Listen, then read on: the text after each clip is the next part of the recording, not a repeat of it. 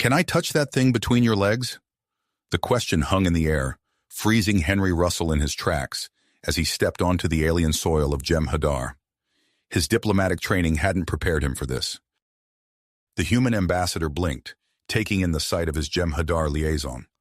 Murloc stood before him, her warrior physique a stark contrast to the delicate features of her face.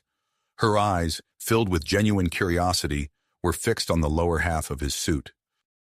Henry cleared his throat, acutely aware of the weight of his mission. Earth and Jem'Hadar had been locked in conflict for years, and these peace negotiations were crucial. He'd expected challenges, but not this kind of cultural misunderstanding right off the bat.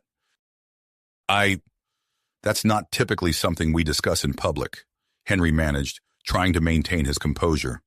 He could feel the eyes of the Jem'Hadar welcoming party on him, their expressions a mix of fascination and revulsion. Murloc tilted her head, confusion evident in her features. I apologize if I've offended. We Jem'Hadar have a vastly different reproductive system. Your anatomy is intriguing. Henry nodded, desperately searching for a diplomatic way to change the subject. He was painfully aware that this interaction could set the tone for the entire negotiation process. The fate of Earth-Jem'Hadar relations hung in the balance, and here he was, trying to navigate an impromptu biology lesson. As they moved towards the diplomatic quarters, Henry noticed additional guards falling into step behind them. The High Command was clearly taking no chances with the human visitor. The extra security made Henry's task even more daunting. Murloc walked beside him, her initial hesitation giving way to growing interest. I hope you'll forgive my forwardness, Ambassador Russell. We have much to learn about each other's species. Henry nodded, forcing a smile. That's why I'm here, to build understanding between our peoples. As they entered the building, Henry caught sight of a group of Jem'Hadar officials huddled in conversation. Their furtive glances in his direction sent a chill down his spine. He couldn't shake the feeling that not everyone was as open to peace as Murloc seemed to be. The first round of negotiations loomed ahead, and Henry had just learned of a significant obstacle. The Jem'Hadar had a strict taboo against discussing reproductive matters in formal settings. How could he address the cultural misunderstandings that had arisen without violating their customs and potentially triggering a war? As night fell on the alien world, Henry retired to his quarters, his mind racing. He was unaware of the complex web of political intrigue surrounding him. A faction within the Jem'Hadar military was already plotting to sabotage the peace talks, viewing humans as a threat to their way of life. They planned to use the confusion surrounding human mating practices as justification for continued hostilities. Henry stared out the window at the unfamiliar constellations, the weight of his mission settling heavily on his shoulders. He had to find a way to bridge the vast gulf of misunderstanding between humans and Jem'Hadar. The peace talks, Earth's future, and possibly his own life depended on his success. Tomorrow he would face not only the challenge of high-stakes negotiations, but also the unpredictable terrain of alien attraction and biology. As he prepared for bed, Henry couldn't help but wonder, how could he possibly explain the intricacies of human anatomy without offending his hosts or jeopardizing the fragile peace process? The question that had started it all echoed in his mind. Can I touch that thing between your legs? Little did Henry know, this innocent query would set in motion a series of events that would test his diplomatic skills to their limits and potentially reshape the future of human-alien relations. As the alien sun crept over the horizon, Henry Russell awoke to a new day on Jem'Hadar, his mind still reeling from the events of his arrival. The innocent question that had caught him off guard now seemed trivial compared to the challenges that lay ahead. He dressed meticulously, adjusting his formal attire with trembling fingers, acutely aware that every detail of his appearance would be scrutinized by the Jem'Hadar High Council. The walk to the Grand Council chamber was a blur of alien architecture and curious stares. Henry's escort, a stoic Jem'Hadar guard, led him through winding corridors until they reached a set of imposing doors. As they swung open, Henry's eyes were immediately drawn to Murloc, standing at attention among the other guards. Her presence was both comforting and unnerving, a reminder of the cultural chasm he had to bridge. The chamber itself was a marvel of alien design, with soaring ceilings and intricate patterns etched into the walls. At the center, a circular table dominated the room, surrounded by stern-faced Jem'Hadar officials. General Krasnor, his battle-scarred visage a testament to years of conflict, sat at the head of the table, his piercing gaze fixed on Henry as the human ambassador took his seat. "Ambassador Russell," Krasnor's voice rumbled through the chamber, "we are gathered to address the misunderstandings that have arisen since your arrival." Henry nodded, his throat dry. "Thank you, General. I believe open dialogue is crucial to fostering understanding between our species." As Henry began to explain human biology and mating practices, he chose his words carefully, constantly aware of the Jem'Hadar taboos surrounding these topics. He spoke of human anatomy in abstract terms, using metaphors and scientific language to soften the impact of his words. Despite his efforts, the council members shifted uncomfortably in their seats. Some averted their eyes, while others stared at Henry with a mixture of fascination and revulsion. General Krasnor's expression grew increasingly stony as Henry continued. "Enough!" Krasnor's fist slammed onto the table, silencing Henry mid-sentence. "This discussion is inappropriate for formal negotiations. We will not tolerate such vulgar topics in this chamber." Henry's mind raced, searching for a way to salvage the situation. "My apologies, General. Perhaps we could focus instead on the potential benefits of peaceful coexistence between our species?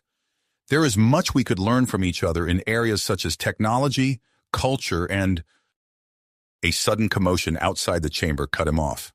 The doors burst open, and a group of armed Jem'Hadar stormed in, led by a fierce-looking male with hatred burning in his eyes. "This human seeks to corrupt our species," the leader shouted, pointing an accusing finger at Henry. "Commander Vexcor demands justice for this atrocity." Chaos erupted in the chamber. Council members leapt to their feet, shouting and gesticulating wildly. Henry found himself separated from his security detail, backed into a corner as Vexcor and his followers advanced menacingly. In that moment of terror, a blur of movement caught Henry's eye. Murloc broke ranks, positioning herself between Henry and the approaching extremists. Her sudden action sent a ripple of surprise through the room. "Stand down!" General Krasanor's voice boomed over the tumult. "This is a diplomatic meeting, not a battlefield." Vexcor hesitated, his eyes darting between Krasnor and Henry. "This isn't over," he snarled. "The truth about the human threat will be known to all Jem'Hadar." As the extremists reluctantly withdrew, Krasanor turned to Henry, his expression grim. "These negotiations are suspended until we can ensure proper security measures. Ambassador Russell, you will be escorted back to your quarters immediately." Henry's head spun as he was ushered out of the chamber. As he passed Murloc, he noticed her superior officer berating her, his voice low and angry. The last thing Henry saw before the doors closed was Murloc's stoic face, her eyes meeting his for a brief charged moment. Back in his quarters, Henry paced restlessly, replaying the disastrous meeting in his mind. The future of Earth-Jem'Hadar relations hung by a thread, and he seemed to be making things worse with every interaction. As night fell, a soft chime announced a visitor. Henry tensed, half expecting Vexcor to have returned to finish what he started. Instead, a female Jem'Hadar entered, her demeanor calm and curious. "Ambassador Russell," she said, her voice softer than most Jem'Hadar he had encountered. "I am Dr. Zira, a xenobiologist. I believe I may have a solution to our communication problems." Henry listened intently as Dr. Zira explained her proposal, a comprehensive guide to human biology and mating practices, designed specifically for the Jem'Hadar leadership. It was a bold plan, fraught with potential pitfalls, but it might be their best chance at bridging the gap between their species. "I'll do it," Henry said, hope flickering in his chest for the first time since he'd arrived on Jem'Hadar. "But we'll need to be careful. If this is discovered prematurely—" Dr. Zira nodded gravely. "The consequences could be severe. We must work quickly and discreetly." As they began their clandestine project, Henry couldn't help but think of Murloc. He learned that she had been reassigned to a distant outpost, punished for her actions in the council chamber. The news left him with a pang of guilt and an unexpected sense of loss. Outside their secluded work area, rumors spread like wildfire through the Jem'Hadar population. Vexacor's faction painted humans as sexual deviants, intent on corrupting the purity of Jem'Hadar society. The whispers grew louder, threatening to drown out any chance of peace. Henry and Dr. Zira worked tirelessly, translating complex human biological concepts into terms the Jem'Hadar could understand and accept. It was painstaking work, full of cultural landmines and potential misunderstandings. Henry noticed Dr. Zira's growing fascination with human anatomy, her questions becoming more detailed and personal as their work progressed. As they raced against time, Henry remained unaware of General Krasanor's silent observation. The general watched from the shadows, torn between duty and curiosity, allowing the project to continue while remaining vigilant for any sign of threat. 3 days later, as Henry put the finishing touches on their guide, a message arrived. The negotiations would resume tomorrow. The success of his mission, the future of Earth-Jem'Hadar relations, and possibly the fate of both species now rested on the acceptance of this unconventional peace offering. Henry looked at Dr. Zira, both excitement and trepidation evident in their eyes. Tomorrow they would present their work to the Jem'Hadar leadership. Tomorrow they would learn if understanding could truly overcome centuries of conflict and misunderstanding. Tomorrow the course of history would be decided. As dawn broke on the day of the rescheduled negotiations, Henry awoke with a mixture of anticipation and dread. He and Dr. Zira had worked tirelessly on their guide to human biology, hoping it would bridge the vast cultural divide between humans and Jem'Hadar. As he dressed, Henry's mind raced through potential scenarios for the upcoming talks. A sharp, piercing alarm shattered the morning calm. Henry froze, his heart pounding as the sound reverberated through the complex. He rushed to the window, eyes widening at the sight of Jem'Hadar soldiers running in formation, weapons drawn. The door to his quarters burst open, revealing Dr. Zira, her normally composed demeanor replaced by terrifying panic. "Ambassador Russell, we must go, now." "What's happening?" Henry asked, following her into the corridor. "Commander Vexcor has initiated a coup against General Krasanor," Dr. Zira explained as they hurried through the chaos. "He's using the general's willingness to negotiate with humans as justification. We need to reach my laboratory. It's the safest place for now." They navigated the labyrinthine halls of the complex, dodging panicked Jem'Hadar civilians and grim-faced soldiers. The sounds of energy weapons and shouted orders echoed around them. As they rounded a corner, they came face to face with a group of armed extremists. "The human!" one of them shouted, raising his weapon. Dr. Zira reacted instantly, shoving Henry into an alcove as energy bolts sizzled past. She returned fire with her own sidearm, forcing the attackers to take cover. "This way," she called, leading Henry down a side passage. They finally reached Dr. Zira's laboratory, sealing the reinforced door behind them. Henry leaned against a wall, catching his breath, while Dr. Zira activated a series of security measures. "We should be safe here for now," she said, turning to face Henry. "But I'm afraid our work may have been for nothing. If Vexcor succeeds—" Henry shook his head. "We can't give up. There has to be something we can do." Dr. Zira hesitated, then moved to a secured cabinet. "There is something. A project I've been working on in secret." She removed a small device and a vial of fluorescent liquid. "It's a pheromone-based communication system, inspired by aspects of human biology. I believe it could revolutionize Jem'Hadar social interactions, perhaps even bridge the gap between our species." Henry's eyes widened as he examined the device. "How does it work?" "It broadcasts synthesized pheromones that can influence emotional states and promote understanding," Dr. Zira explained. "If we could reach the central communication hub, we might be able to use it to end this conflict." A plan began to form in Henry's mind. "We need to get to that hub. If we can broadcast a message of unity, we might be able to turn the tide against Vex's core." As they prepared to leave the relative safety of the lab, the door chimed. Dr. Zira tensed, weapon ready, but when the door slid open, it revealed a familiar face. "Murloc!" Henry exclaimed, relief washing over him. The female Jem'Hadar entered, her uniform bearing signs of recent combat. "Ambassador Russell, Dr. Zira, I came as soon as I heard about the coup attempt. The complex is in chaos, but I believe I can get you to the communication hub." As they made their way through the war-torn complex, Henry witnessed the full fury of Jem'Hadar combat. Energy weapons scorched walls, and the air was thick with the acrid smell of burned ozone. Murloc led them skillfully, avoiding the worst of the fighting. They encountered a group of moderate Jem'Hadar soldiers, wary of the ongoing conflict. Henry, drawing on his diplomatic skills, convinced them of the importance of their mission. With this small escort, they pressed on towards the hub. As they approached their destination, they found it heavily guarded by Vexicor's forces. Henry surveyed the situation, his mind racing. He turned to Murloc and Dr. Zira, outlining a daring plan. "I'll surrender myself as a distraction," he said. "While they're focused on me, you two can slip into the hub and activate the pheromone system." Murloc's eyes widened. "That's too dangerous. They could kill you on sight." Henry managed a wry smile. "I don't think so. They're too curious about human biology. I'll use that to our advantage." Before anyone could object further, Henry stepped out into the open, hands raised. "I wish to speak with Commander Vexicor," he shouted. The extremist hesitated, then roughly seized Henry, dragging him into their makeshift command center.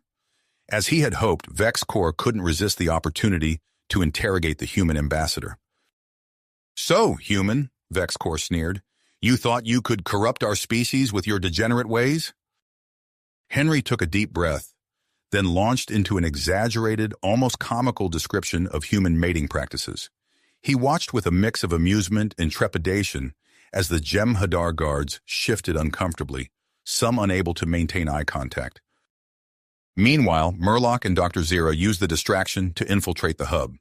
As they prepared to activate the pheromone system, Dr. Zira made a startling realization. "We need a human biological sample for the system to function properly," she said, her voice tinged with desperation.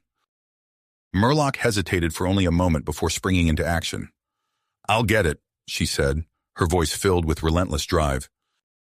She fought her way back to where Henry was being held, her combat skills allowing her to quickly subdue the distracted guards. In a moment that left them both stunned, Murloc obtained the necessary sample from Henry. Returning to the hub, Murloc handed the sample to Dr. Zira, who quickly integrated it into the system. With a soft hum, the device activated, broadcasting its message of unity and understanding throughout the complex. The effect was almost immediate. Throughout the facility, Jem'Hadar soldiers lowered their weapons, the aggression draining from their postures. The extremist propaganda began to lose its hold as clarity and reason took over. In the command center, Vexicor's rant was cut short as the pheromones took effect. His followers looked at each other in confusion, then at Henry with newfound curiosity rather than hostility. General Krasnor, seizing the opportunity, rallied his loyal forces and quickly regained control of the situation. Vexicor and his top lieutenants were arrested, effectively ending the coup attempt. As the dust settled, Henry found himself standing before General Krasnor, flanked by Dr. Zira and Murloc. The general's expression was unreadable as he considered the human ambassador. "It seems we have much to discuss, Ambassador Russell," Krasnor said finally. "Perhaps there is more to learn from humans than we initially believed."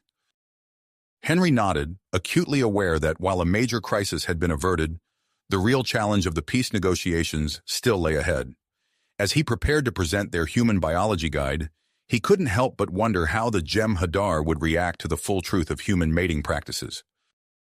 The fate of Earth-Jem'Hadar relations still hung in the balance, but for the first time since his arrival, Henry felt a glimmer of hope. With Dr. Zira's scientific insights and Murloc's growing understanding of humans, he might just have a chance at forging a lasting peace between their species. The negotiations resumed with a palpable tension in the air. Henry entered the council chamber, his heart racing as he clutched the human biology guide. Dr. Zira and Murloc flanked him, their presence a silent reminder of the unlikely alliance that had formed in the wake of the failed coup. General Krasnor, his posture less rigid than before, nodded to Henry. "Ambassador Russell, you may proceed with your presentation." Taking a deep breath, Henry activated the holographic display. Images of human anatomy filled the air, eliciting a collective gasp from the Jem'Hadar leaders. "Esteemed Council," Henry began, "I present to you a comprehensive guide to human biology and mating practices." As Henry delved into the intricacies of human reproduction, he watched the Jem'Hadar leaders' reactions closely. Fascination warred with revulsion on their alien features. When he explained the concept of penetrative intercourse, several council members shifted uncomfortably in their seats. "This is most unusual," one leader commented, his voice strained. "Our spore exchange seems far more civilized." Henry pressed on, explaining the emotional and social aspects of human relationships. He noticed Murlock, standing at attention near the entrance, leaning forward slightly, her eyes wide with curiosity. As the presentation concluded, General Krasnor rose. "While these practices are foreign to us, we recognize the importance of understanding our potential allies. Let us proceed with the negotiations." The talks progressed, focusing on trade agreements and mutual defense pacts. Henry felt a glimmer of hope as the Jem'Hadar leaders engaged in earnest discussion. Suddenly, the chamber doors burst open. A flustered aide rushed in, whispering urgently to General Krasnor. The general's expression darkened. "Ambassador Russell," he said, his voice grave, "a situation has arisen. A group of human colonists has arrived on Jem'Hadar, seeking asylum from a civil war on a nearby human-controlled planet." Henry's mind raced. This unexpected development could derail everything they'd worked for. "General, I assure you, we had no knowledge of—" Krasnor held up a hand, silencing him. "I believe you, Ambassador. However, this influx of humans poses a significant challenge to our negotiations." The council erupted into heated debate. Some argued for immediately expelling the human refugees, while others saw an opportunity for further study and integration. As the arguments grew more intense, General Krasnor's voice cut through the din. "I propose a solution," he announced, "a cultural exchange program." The chamber fell silent as Krasnor outlined his plan. A small group of humans, including Henry, would remain on Jem'Hadar to teach their ways. In return, a group of Jem'Hadar would travel to Earth to learn about human culture firsthand. The proposal sent shockwaves through the assembly. Henry glanced at Murlock, noting the conflicting emotions playing across her face. "This is madness," one council member shouted. "We cannot allow humans to corrupt our society." "It is an opportunity for growth and understanding," another countered. "We cannot remain isolated forever." As the debate raged on, Dr. Zira stepped forward. "If I may, esteemed council," she began, her voice calm but authoritative, "I have developed a modified version of our pheromone communication system, designed to promote empathy and understanding between humans and Jem'Hadar." She explained the system's potential to ease the transition and foster positive interactions during the cultural exchange. The council listened intently, their earlier hostility softening as they considered the scientific approach. Henry, sensing an opportunity, spoke up. "I volunteer to stay on Jem'Hadar as a cultural ambassador," he said, his voice firm, "and I request to be paired with Murlock for the duration of the program." Murlock's head snapped up, her eyes meeting Henry's. He could see the mixture of surprise, hesitation, and barely concealed curiosity in her gaze. General Krasnor considered the proposal. "Murlock," he said, "do you accept this assignment?" Murlock stood rigid, her internal struggle evident. After a long moment, she nodded. "I accept, General." As the council continued to debate the merits of the exchange program, Henry's communicator buzzed. He discreetly checked the message, his blood running cold as he read the encrypted warning from Earth. Human extremists, opposed to any alliance with alien species, had dispatched a covert team to sabotage the peace talks. Henry's mind raced. He needed to alert Krasnor without causing panic. As the council adjourned for a recess, he approached Murlock. "We have a situation," he whispered urgently. "I need your help." Murlock's eyes narrowed, but she nodded, following Henry to a quiet corner of the chamber. As Henry explained the threat, Murlock's expression grew increasingly grim. "We must act quickly," she said, her earlier hesitation replaced by resolute focus. Together, they slipped out of the council chamber, their unlikely partnership now faced with a challenge that could determine the fate of both their species. As they made their way through the complex, Henry couldn't help but notice how Murlock's movements mirrored his own, their steps falling into sync. They searched for signs of the human infiltrators, every shadow and unfamiliar sound setting them on edge. "There," Murlock hissed, pointing to a barely visible scuff mark on a normally pristine wall. They followed the trail, their senses heightened by the imminent danger. They rounded a corner and froze. A small, cylindrical device pulsed with an ominous red light, attached to a power conduit. Henry's heart raced as he realized they were staring at one of the planted explosives. Murlock moved to examine it, but Henry grabbed her arm, pulling her back. "Wait," he said, his voice low. "It might be rigged to detonate if tampered with." Their eyes met, the gravity of the situation reflected in their gazes. They had found one bomb, but how many more were hidden throughout the complex? And more importantly, how could they stop them before it was too late? Late. As they stared at the pulsing device, Henry's mind raced through their limited options. "We need to disarm it," he said, his voice barely above a whisper. "But it's likely keyed to human DNA." Murlock's eyes widened. "You mean—" Henry nodded grimly. "I'll have to do it myself." He began removing his protective gloves, exposing his bare hands. Murlock watched with a mixture of fear and fascination as Henry carefully placed his palm on the device's sensor. A soft beep emanated from the bomb, followed by a series of rapid clicks. A small display flickered to life, showing a countdown starting from 60 seconds. "It's triggered a failsafe," Henry muttered, his brow furrowing in concentration. "We have 1 minute to complete a series of human-specific biological inputs." As the seconds ticked away, Henry worked feverishly. He provided a saliva sample, pressing his tongue against a small pad that extended from the device. Next, he placed his thumb on a scanner, wincing slightly as it pricked his skin to draw a drop of blood. Murlock flinched with each action, her ingrained aversion to human biology warring with her growing admiration for Henry's bravery. She watched in morbid fascination as he navigated the complex series of inputs. With only 15 seconds remaining, the device emitted a high-pitched whine. Henry's face paled as he read the final requirement. "It needs to detect human pheromones," he said, his voice strained. "Specifically, those associated with sexual arousal." Murlock's eyes widened in shock. "What? How can you possibly—" "I need your help," Henry cut in, his gaze locking with hers. "I know it's asking a lot, but we're out of time." Understanding the gravity of the situation, Murlock nodded, steeling herself. She moved closer to Henry, their bodies nearly touching. "What do I need to do?" she asked, her voice barely audible. "Just be close," Henry replied, his cheeks flushing slightly. "The situation should take care of the rest."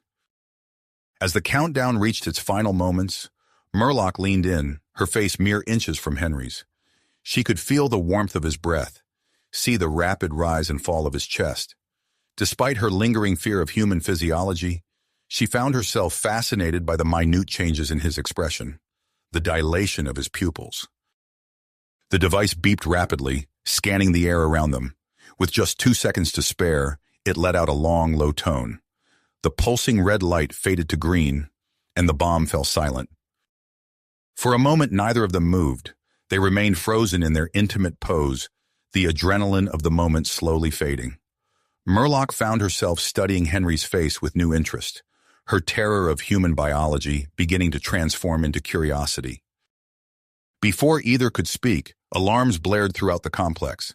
The sudden noise shattered their private moment, snapping them back to the reality of their situation. "The extremists," Henry said, already moving toward the door. "They must have realized their plan failed."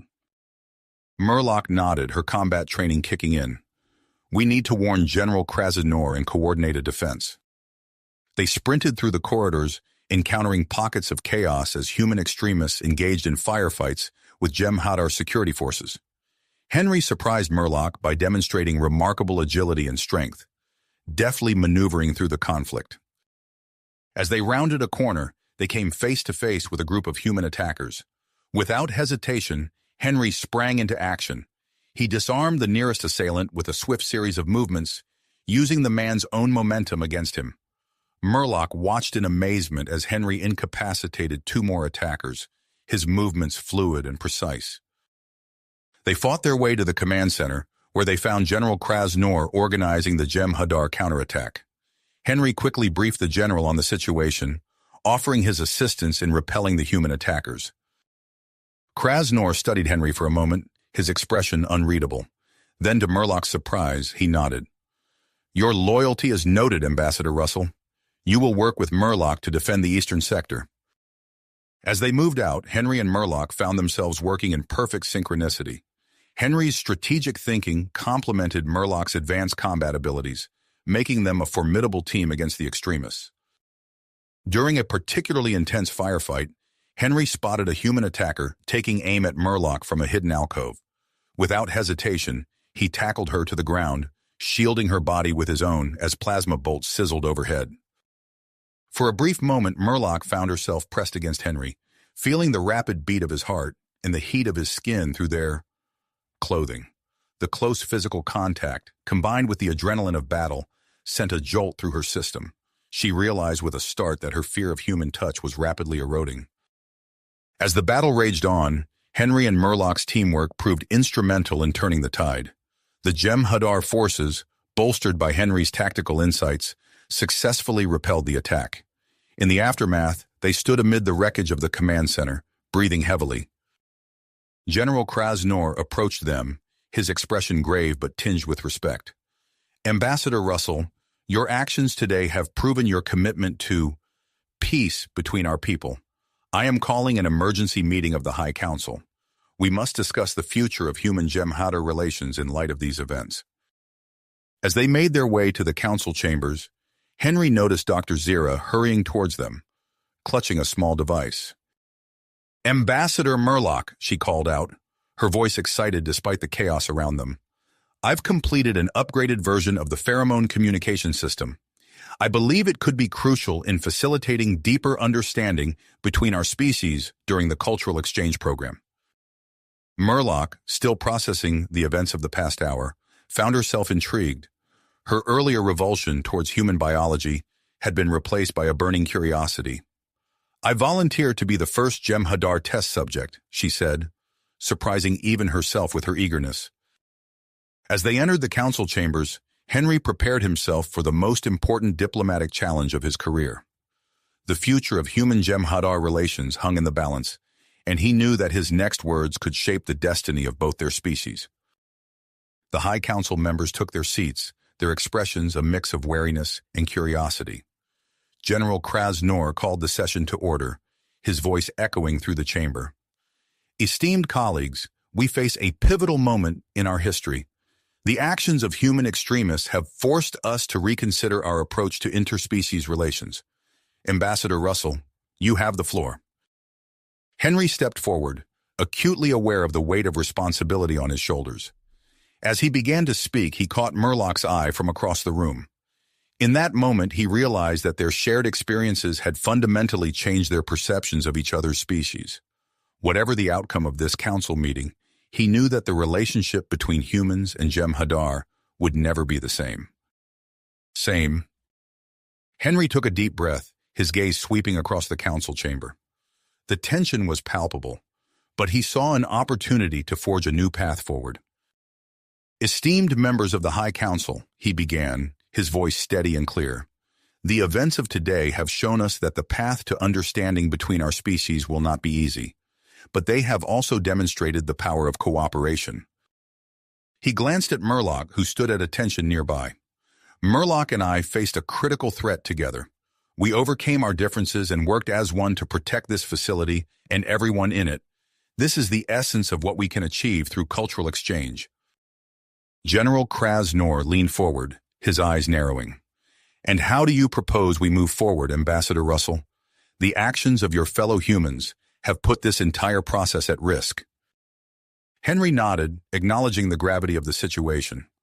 "I propose we expand the cultural exchange program, not scale it back, but push it further.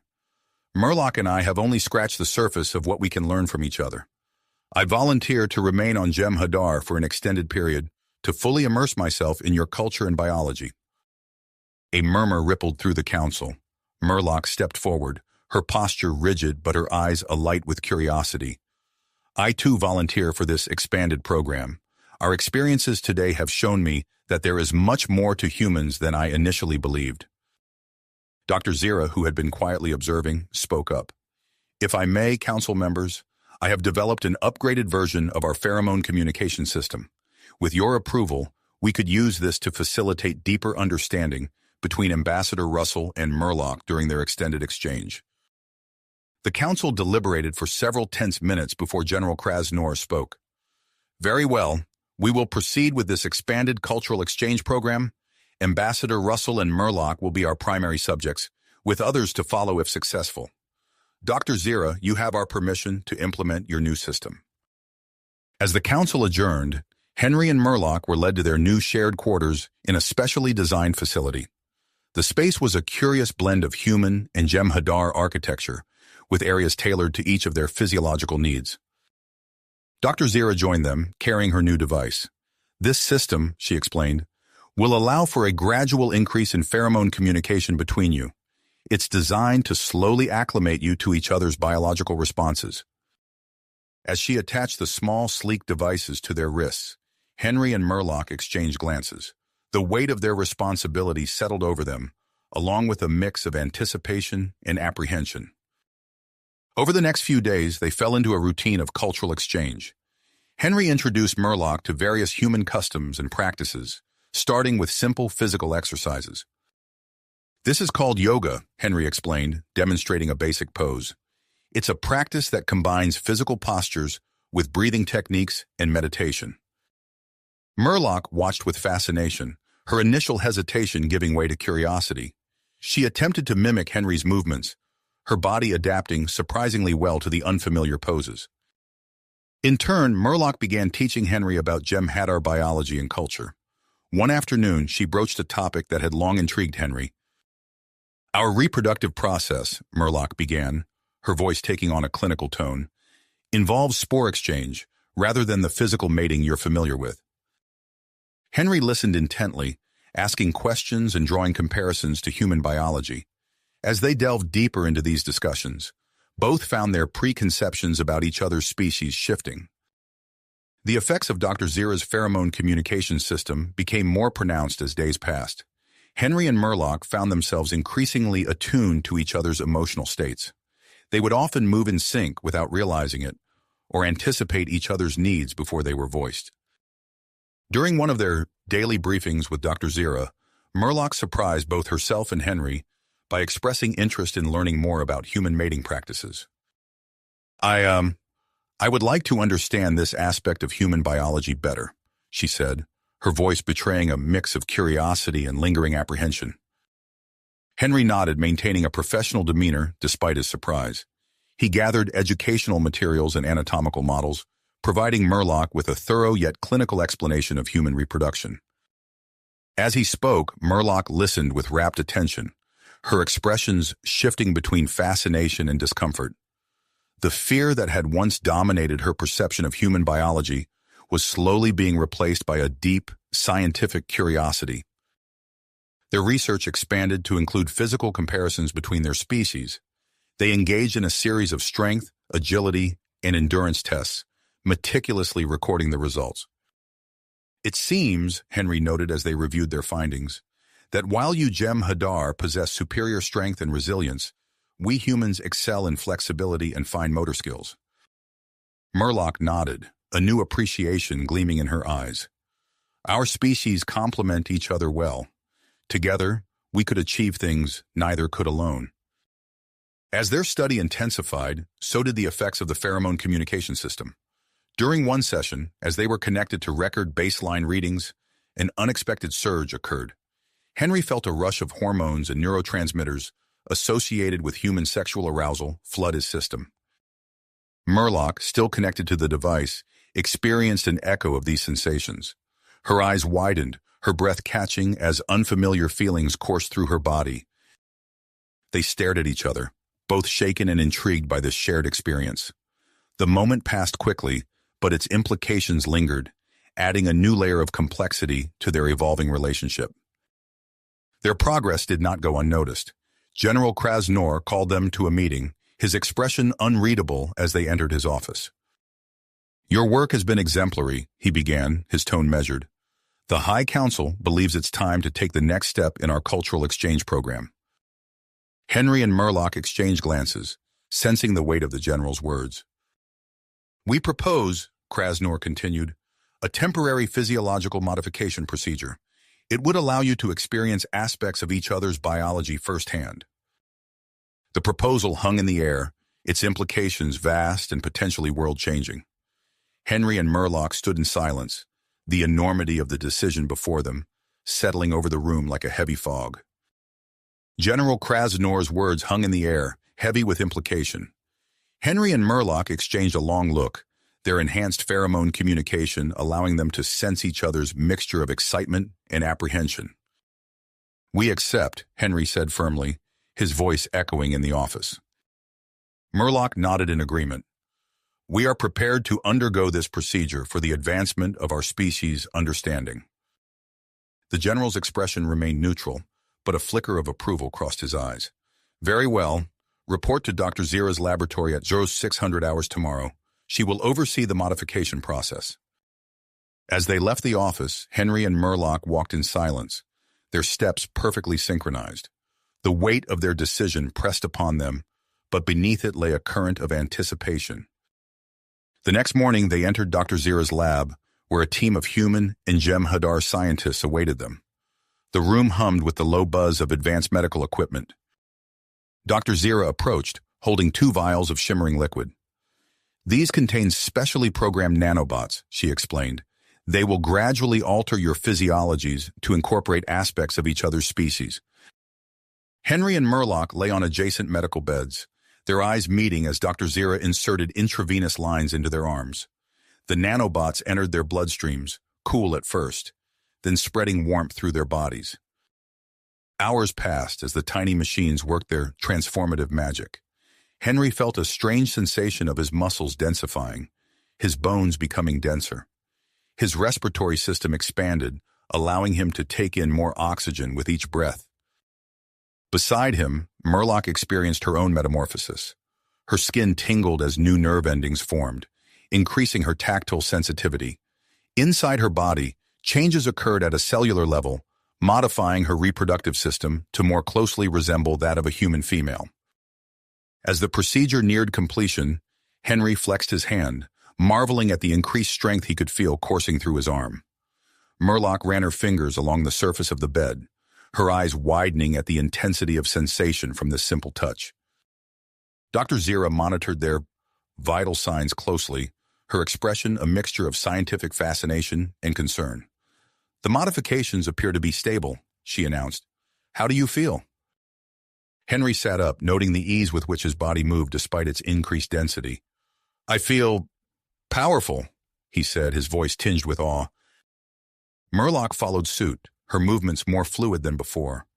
"Everything feels so vivid," she said, her gaze roaming the room as if seeing it for the first time. Over the next few days, Henry and Murlock underwent a battery of tests to assess their new capabilities. In the training arena, Henry matched Murlock's strength as they sparred, their movements a blur of speed and precision. Murlock found herself able to detect minute changes in Henry's expression, her enhanced senses picking up on subtle cues she had never noticed before.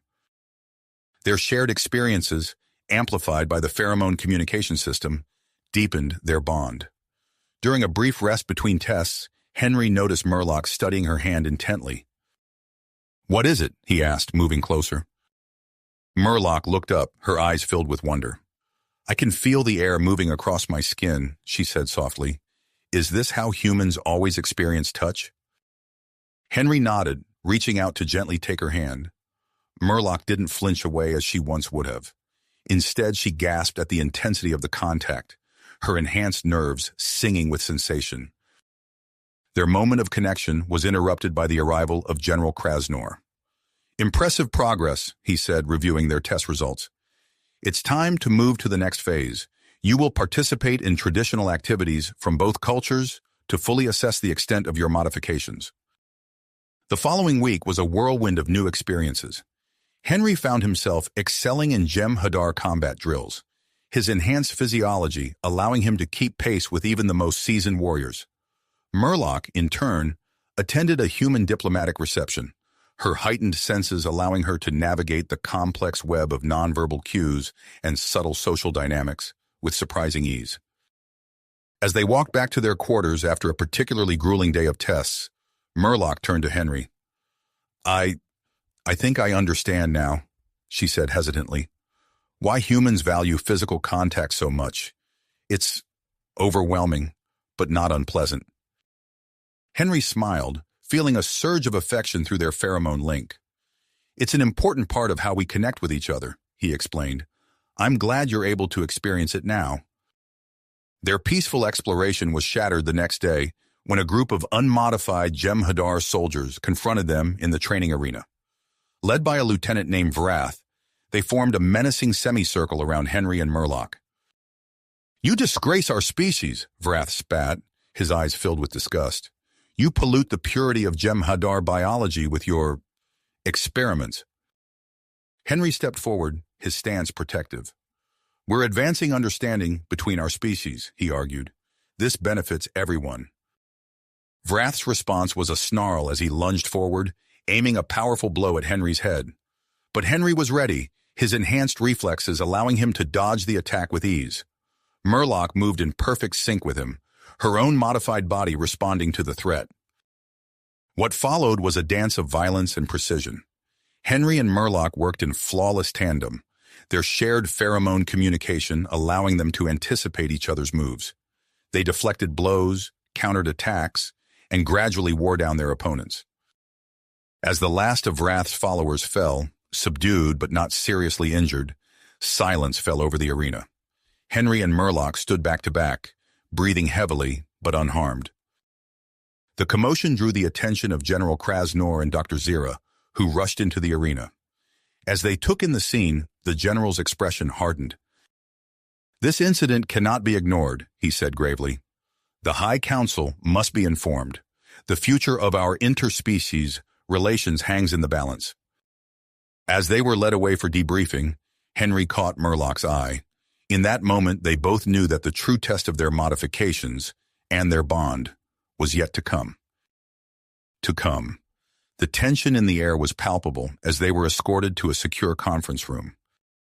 Hours of intense debate followed, with the High Council reviewing footage of the incident and analyzing reports from Dr. Zira on the success of the modifications. As the discussions drew to a close, General Krasnor addressed Henry and Murloc. The Council has made its decision, he said, his voice grave. Your actions today have demonstrated both the potential and the risks of our experiment. We believe the next logical step is to test the full extent of your modifications. Henry and Murloc exchanged glances, their enhanced connection allowing them to sense each other's mix of anticipation and nervousness. You will participate in a controlled mating ritual, the general continued, his tone clinical. This will allow us to observe the interaction between your hybrid physiologies and gather crucial data for future research. Murloc's eyes widened, her earlier curiosity about human mating practices suddenly thrust into sharp focus.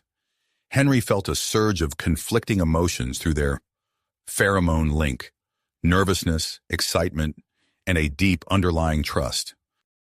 Dr. Zira stepped forward, her expression a mixture of scientific interest and concern. We've prepared a specialized chamber for this procedure, she explained.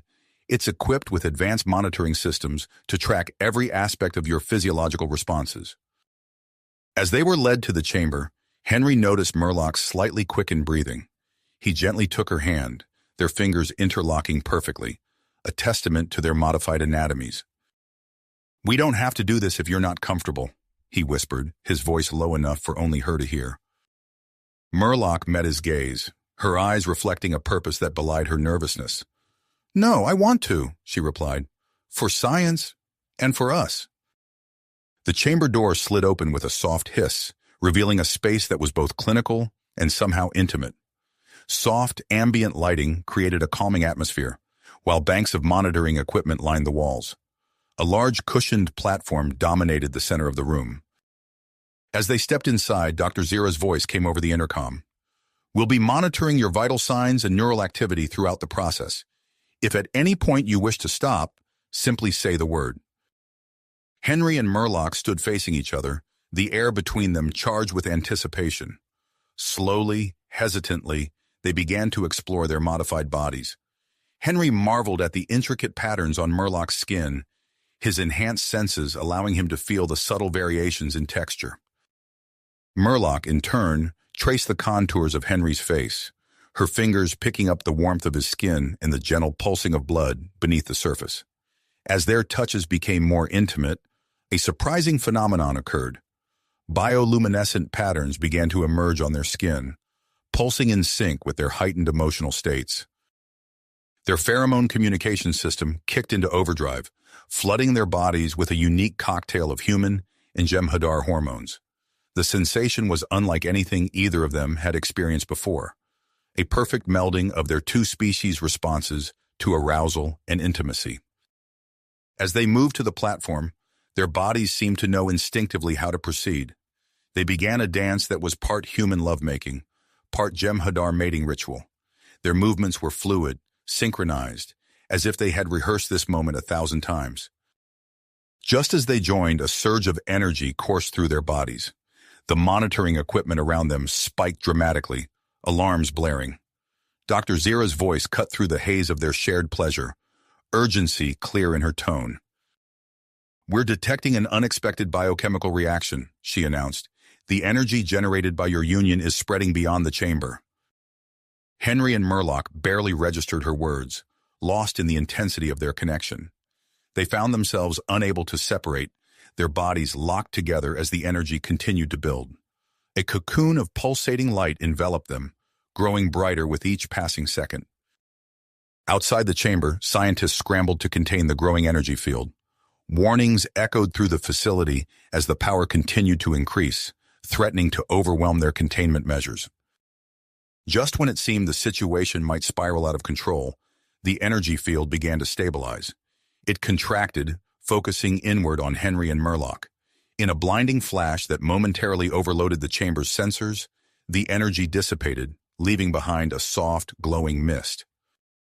As the mist cleared, Henry and Murlock lay motionless on the platform, their bodies having reverted to their original human and Jem'Hadar states. Dr. Zira and her team rushed in, medical scanners whirring as they assessed the unconscious pair. "They're alive," Dr. Zira announced, relief evident in her voice. "But there's something else, something extraordinary." Over the next few days, as Henry and Murlock slowly regained consciousness, the full implications of their union became clear. Detailed genetic scans revealed that both of them now carried traces of each other's DNA permanently integrated into their genetic code. As they recovered, Henry and Murlock discovered they could now switch between their original and hybrid forms at will. Even more astonishing, they found they could communicate telepathically, a lasting side effect of their enhanced connection. News of this development spread rapidly across both Earth and Jem'Hadar. The undeniable success of their union, coupled with the unexpected benefits, swayed public opinion. Many who were once skeptical now saw the potential for a new era of human-Jem'Hadar cooperation. General Krasnor, recognizing the historic nature of these events, called for an emergency session with the High Council.